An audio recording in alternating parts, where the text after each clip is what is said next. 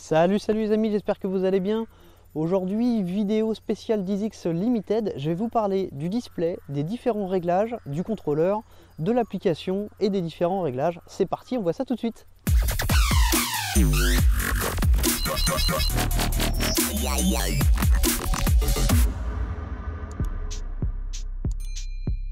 Alors sur cette Limited, on a un display central et une gâchette type quad. En fait, on n'est pas du tout sur le même display que celui d'origine. Je vais vous montrer un petit peu les différents réglages qu'on peut avoir sur ce display. Alors voici le display. Alors sur ce display, déjà au niveau des informations, on a un petit truc que j'adore. C'est juste ici, vous avez la puissance délivrée en watts en temps réel. Et ça c'est super. Alors la puissance, c'est pas la puissance cumulée pour les deux contrôleurs, c'est uniquement celle du contrôleur arrière. Donc si vous êtes en dual, il faut juste multiplier par 2. La vitesse est exactement celle relevée par le GPS. Ça c'est une grande première. Ici on a le niveau de charge de la batterie indiqué en volts. Dans les options vous le verrez, on peut aussi l'indiquer en pourcentage. Ici on a la vitesse utilisée, donc on a 5 niveaux. On a l'heure qui est mal réglée parce qu'à chaque fois qu'on débranche la batterie, il n'y a pas de sauvegarde, ça se remet à 0, donc j'en ai ras le bol de régler ça pour rien. Alors maintenant on va rentrer dans les menus. Alors déjà, tout ce pilote, ce n'est pas un écran tactile, hein, vous voyez, il tactile rien du tout. Voilà, tout est commandé ici.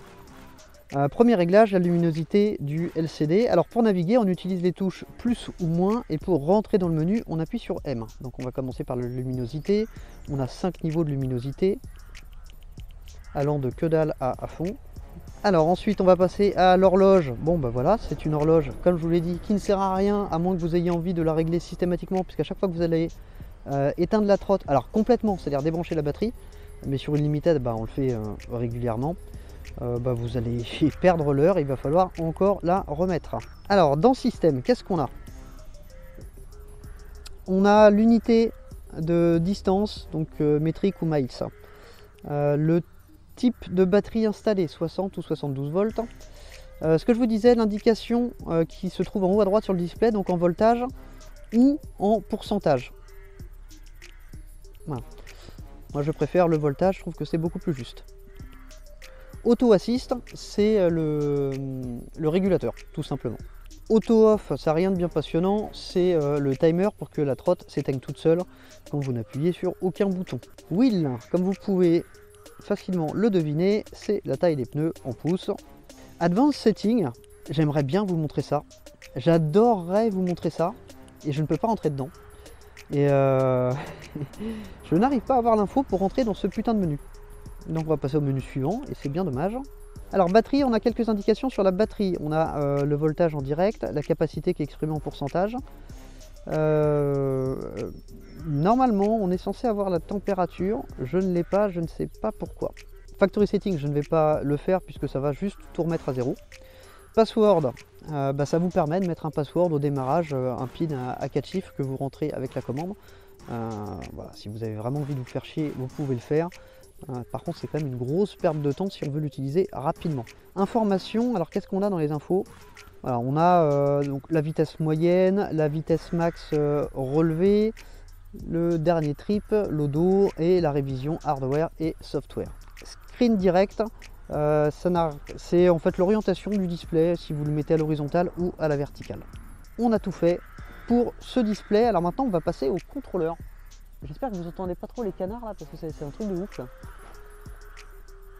On se croirait dans les oiseaux. Alors, ma Limited étant un proto, chez moi c'est pas bien simple d'accéder au réglage. Parce qu'en fait, il y a une cosse à débrancher à l'intérieur du deck. Et vous avez une clé Bluetooth à brancher soit sur le contrôleur arrière, soit sur le contrôleur avant. Sur les versions qui sont vendues actuellement, à la place des ports de charge, vous avez 2 switches qui vous permettent donc de débrancher automatiquement cette cosse. Et vous avez une clé Bluetooth par contrôleur. Donc il vous suffit de vous connecter au bon pour trouver sur le réglage. Alors de toute façon, je vais vous montrer sur celui qui est connecté, c'est-à-dire l'avant. C'est exactement la même chose à l'avant et à l'arrière. Alors pour y accéder, déjà on commence par télécharger l'application sur le Play Store. C'est l'application MQ Code. Alors bien sûr, il faut que la trottinette soit allumée. C'est le cas. On clique sur Not Connected. et on clique sur le contrôleur. Alors on appuie ensuite sur la petite flèche qui est en bas ici et on a déjà quelques infos. On a le voltage de la batterie. Si le moteur est en train de tourner, on a la vitesse à laquelle il tourne, la température du contrôleur, le voltage relevé par la gâchette. L'équilibrage est super important parce que la plage est pas énorme, ça va jusqu'à 4,5 V et c'est ça qui définit la vitesse à laquelle on roule. Ce mode là, vous voyez en haut là quand on appuie là-dessus, alors je ne vais modifier aucun réglage parce que c'est très sensible et qu'après pour régler c'est une vraie galère, mais je vous montre quand même.